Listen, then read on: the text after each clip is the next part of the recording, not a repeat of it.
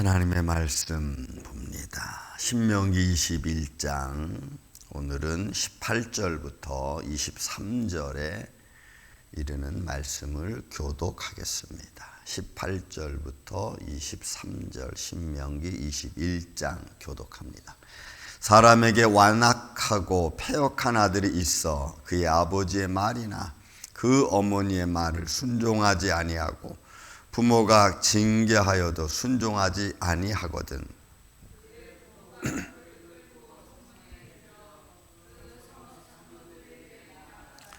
그 성읍 장로들에게 말하기를 우리의 이 자식은 완악하고 패역하여 우리 말을 듣지 아니하고 방탕하며 술에 잠긴 자라 하면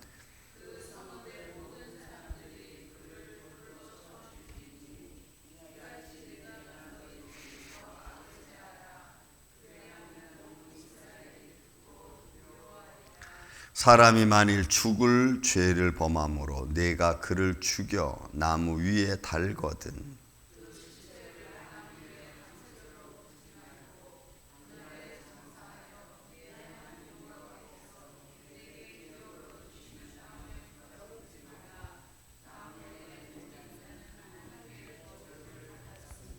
아멘.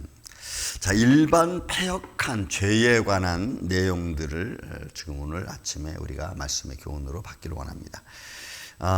사실 이런 부모님은 없겠죠. 아무리 패역하다 할지라도 오늘날 부모님들은 안 보면 안 받지. 이런 자식을 이렇게 죽음에 내모는 그런 부모는 없을 줄로 압니다. 글쎄 그게 옳은 걸까요? 어떻게 보면 성경에서의 악에 대한 대처는 굉장히 냉혹한 모습을 우리가 보게 됩니다. 라라고 하는 악이라고 하는 전체적인 포괄적인 의미에서의 나쁜 의미, 그 중에서도 율법에 게시되어 있는 부모 공경에 대한 것은 곧 하나님을 향한 마음과 비슷하죠. 같죠. 그거를 거역하는 자를 향한 부모의 마음은 완전히 그 아들을 죽이는 거죠. 그런데 그것은 그 아들을 죽이는 것에 대한 초점보다는 악을 제하는 것에 대한 의미가 훨씬 사실 큰 겁니다. 그런데 우리는 아무리 나쁜 악이라 할지라도, 아무리 나쁜 죽일 만한 아주 나쁜 짓이라 할지라도 어떻게 인지상정이라고 하는, 어떻게 그래도 사람은 용서해줘야 되지 않겠어라고 하는 것으로 용서하죠. 그래서 악이 용납되어지는 이런 모습이 오늘날 우리 세상은 있습니다. 그러나 성경은 그 악에 대한 것에 대한 대처가 굉장히 냉혹하고 아주 처참합니다. 여러분 한번 보십시오. 사람에게 완악하고 패역한 아들이 있다고 합니다. 이 완악하다라고 하는 사라르라고 하는 이 단어는 행동으로 나쁘게 하는 겁니다. 행동으로 반역하고 불순종하고 그리고 행동을 통해서 나쁜 모습을 계속 보이는 거예요. 그런 아들 여기 본문에 완악한 아들로 표현되고 있습니다. 패역한 아들이라고 하는 것은 이 마라라고 하는, 우리 마라 쓴물이라는 마라라고 하는 이것은 조금 감정적인 의미가 포함되던 그런 마음을 갖고 다투는 겁니다. 그러니까 나쁜 마음이 만들어지고 나쁜 마음이 생기는 거예요. 어떤 환경의 조건으로 인해서 내 마음속에 나쁜 감정이 생겨지는 겁니다. 그래서 그것으로 인하여 다투는 거예요. 그것으로 인하여 감정이 상하는 거예요. 이것이 본문 패역한이라고 하는 겁니다. 그러니까 완악하고 패역하다는 말은 어떤 환경적인 요소도 작용하겠지만 자기에게 충족되지 못한 여건들이 만들어지면 그것으로 인하여 내 삶의 감정이 폭발해버리는 겁니다. 그리고 폭발한 것이 앞의 말씀처럼 완악해지는 거죠. 행동으로 막 옮겨지는 거예요. 근데 그 행동은 외적으로 막 거칠게 나타나는 겁니다. 그 거친 모습이 다른 사람을 해코지하고 다른 사람에게 악영향을 주고 때로는 다른 사람을 죽이는 상황까지도 갈 수 있겠죠. 이런 모습을 본문은 표현하고 있는 겁니다. 그러니 그런 사람이 여러분 있고 내 아들이 그러하다면 이렇게 되는 거예요. 여러분, 그래서 다시 말씀드리면 사람에게, 어떤 부모에게, 어떤 가정의 자식이 감정이 막 급발진하고 분노 조절 장애 뭐 이런 거예요.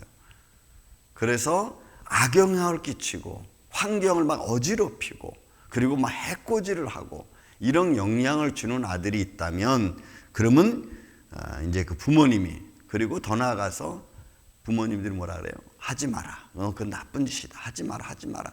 뭐 이렇게 저렇게 제재를 해도 그 제재를 듣지 아니하고 계속해서 그런 행동을 보이고 그 나쁜 모습으로 인하여 살인을 저지르고 뭐 이런다면은, 그러면 이제 그 부모님들이 그 아이를 데리고 그 성읍의 장로에게로 가는 겁니다. 그러니 여러분, 이 행동은 부모님들의 결단이죠. 이 아들은 내 아들이지만, 내 자녀지만 너무나 해코지를 많이 하고 이 아들로 말미암아 삶의 환경이 나빠지고 그건 다른 사람에게 많은 불이익을 주는 그런 모습이라고 부모들이 결정을 하는 거예요. 여러분, 이게 우리 오늘날 사회에서는 그렇게 쉽지 않죠. 왜? 내 아들이 살인을 저질렀다 할지라도 살인을 저질 만한 환경이 돼서 그런 것 아니야 라고 하는 반문을 던지죠. 그러므로 해서 살인을 저지른 아들을 옹호하는, 물론 그런 상황도 없지 않아 있겠지만 그런 모습이 훨씬 더 많지 않습니까? 그러니까 여러분, 부모의 결단이 여기서 중요한 겁니다. 부모님들이 어떤 마음을 갖고 자녀를 권면하고 어떤 말로 그들을 다스리고 그리고 어떤 환경을 만들어서 그들로 하여금 죄 가운데 빠지지 않게 하느냐는 거죠. 부모의 결단입니다. 어쨌든 부모가 그를 끌고 성문에 이르러 그 성읍의 장로들에게 나아가서 이야기합니다. 그 성읍 장로들에게 말하기를, 우리의 이 자식은 완악하고 패역한, 똑같은 단어를 쓰는 사라르라고 하는 말과 마라, 완악하고 패역하여 우리 말을 듣지 아니하고 방탕 잘랄이라고 하는, 이건 무가치하다는 거예요. 무가치한 거예요. 그리고 술에 잠긴 자 샤마, 이 술 취해 있는 겁니다. 이 술 취했다는 샤마라는 단어가 가지고 뭐냐면 내가 뭘 행동했는지 모르는 거예요. 그러니까 술 취해서 하면은 여러분, 범죄에서도 심신미약으로 저지른 범죄는 여러분 용서가 된다는 거 아세요? 사람이 그래서 변호사들이 이 아이가 이렇게 일을 할 수밖에 없었던 것은 심신미약으로 인해서 생긴 일입니다라고 하면 여러분, 그게 정상 참작이 돼서 형이 감해지든지 아니면 좀 이렇게 무마되기도 해요. 여기서 이 술참이라는 것은 그런 의미도 있어요. 내가 무슨 행동을 했는지 몰라. 그러니까 방탕하고 무가치하고, 그죠? 삶의 의미가 없어. 그리고 이 아이는 심신미약한 아이입니다. 이렇게 말하는 거예요. 그러니까 패역하고 말하는 것처럼 완악하고 또 방탕하고 술 취하고, 그냥 부모로서는 결단을 내리는, 이 아들은 더 이상 이렇게 있다가는 다른 사람에게 너무나 많은 해를 끼치고 또 어떤 성읍이니까 그 당시에 성읍 사회에서 굉장히 안 좋은 일만 벌인다라고 많이 부모들이 결정을 내려야 돼. 결정을 해서 그 성읍의 장로들에 가서, 원로들한테 가서 이야기하는 겁니다. 그럼 결과가 어떻게 돼요? 결과가 그 성읍의 모든 사람들이 그를 돌로 쳐 죽이는 거예요. 저는 십자가의 보혈은 어떤 죄인이라 할지라도, 그죠, 여러분, 죄를 고백하고 용서하는, 죄를 고백하면 용서받는 거죠. 그러니 죽음의 현장 속에서도 진정한 죄의 고백이 있으면 그가 용서를 받는다는 거죠. 물론 육신적인 피지컬적인 의미에서는 어떤 삶의 제재를 받아서 어떤 틀에 갇히게 되겠지만, 그러나 그 마음의 심정은, 삶은 용서를 받는다는 것 아니겠어요? 그래서 여러분, 보응이라는 것은 내가 잘못한 것에 대한 그 결과는 내가 받지만 마음속에 평강을 얻을 수 있는 이런 모습이 하나님 주신 은혜 가운데 하나로 우리가 볼 수가 있죠. 여기서는 지금 말씀은 그런 보호를 받지 못한, 왜 진정한 고백이 없고 또 그 자녀를 향한 부모님의 고백이 고발이 분명하니까 결국은 돌로 쳐 죽이는. 결국은 여러분 그 아들의 패역함도 있겠지만 더 중요한 것은 여러분 하나님의 질서입니다. 하나님이 이스라엘 백성들을 가나안 땅에 들여놓고 율법을 주고 결국 이들의 이 삶은, 이런 삶들은 뭐냐면 하나님을 무시하고 하나님의 율법을 지키지 않는 거예요. 그래서 악을 통해서 하나님의 영광을 가리고 하나님의 거룩함을 제해버리는 겁니다. 여러분 22절 23절도 있는 말씀 마찬가지입니다. 사람이 만일 죽일 죄를 범함으로 내가 그를 죽여 나무에 달았습니다. 죽일 만한 죄 가운데 있었고 마땅히 죽어 가야 될 사람이라고 되는 거예요. 그래서 죽여서 만약에 나무에 매달았다. 근데 그 시체를 나무에 밤새도록 두지 말고 그날에 장사하고 내 하나님 여호와께서 내게 기업으로 주시는 땅을 더럽히지 말라. 그러니까 가나안 땅 자체가 하나님 주신 그들에게 있어서는 축복의 땅만이 아니고 하나님의 영광이 머물러 있는 땅이에요.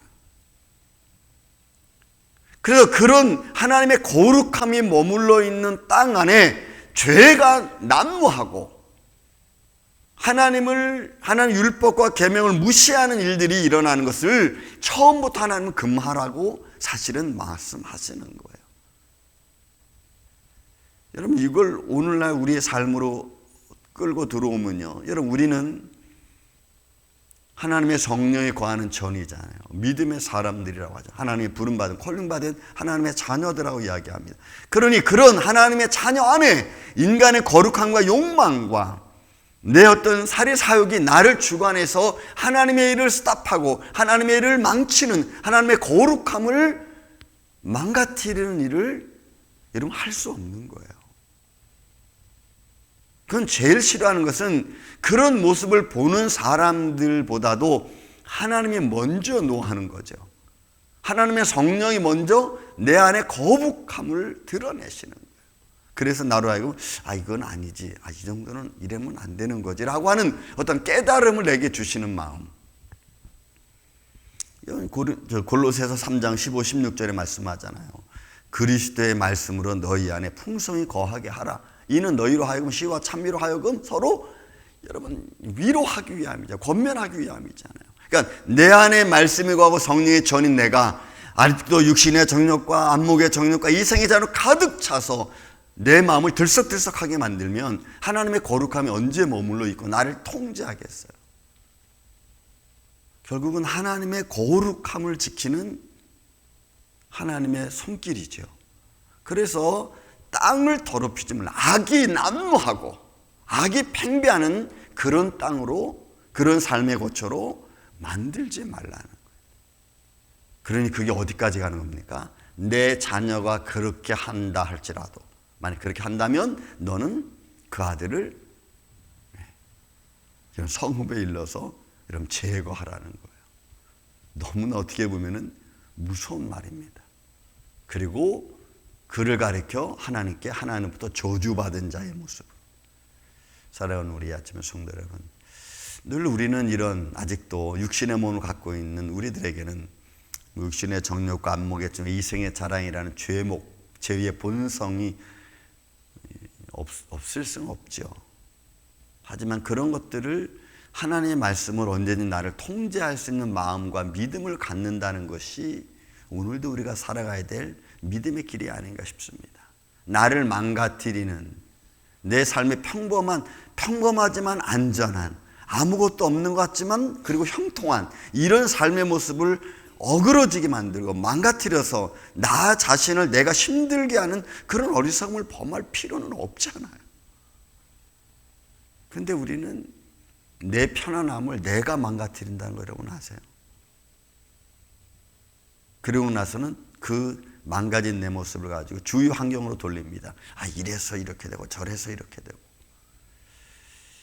사랑하는 우리 아침 성도 여러분, 다시 한번 우리가 우리 안에 있는 나를 망가뜨리고 내 성격과 내 삶의 환경을 자꾸 힘들게 만드는 내 죄성의 모습들을 오늘 여러분 말씀으로 잘 통제하고 그리고 컨트롤해서 믿음의 길과 생명의 길을 같이 나아가고 같이 주위에 있는 사람을 위로해 갈 수 있는 이런 믿음의 길을 걸어가는 이 아침 저와 여러분 되시기를 예수님의 이름으로 축원을 드립니다. 사랑과 은혜가 많으신 아버지 하나님, 우리의 삶의 악이라고 하는 것, 나쁜 것, 그것을 제하고 제한다 할지라도 육신을 가진 우리 안에 일어나는 죄의 본성은 끊이지 않고 일어납니다. 주님, 이런 내 연약한 모습 때문에 오늘도 평범하고 기쁘게 살아가고 있는 우리의 삶을 스스로 망가뜨리는 어리석음을 범하지 않도록 우리를 붙잡아 주옵소서. 그래서 평안을 이루고 그 안에 기쁨의 삶을 살 수 있도록 주님 도와 주옵소서. 주님의 몸된 교회 예배자들의 삶 가운데서 오늘도 주님 동행하여 주셔서 때로는 힘들고 어려운 일이 있고 마음속에 분노가 일어나도 잘 믿음으로 말씀으로 통제해서 의를 이루어가는 주님의 십자가 군병들 되게 하여 주시옵기를 원하오며 사랑이 많으신 예수님의 이름으로 기도하옵나이다. 아멘. 하늘의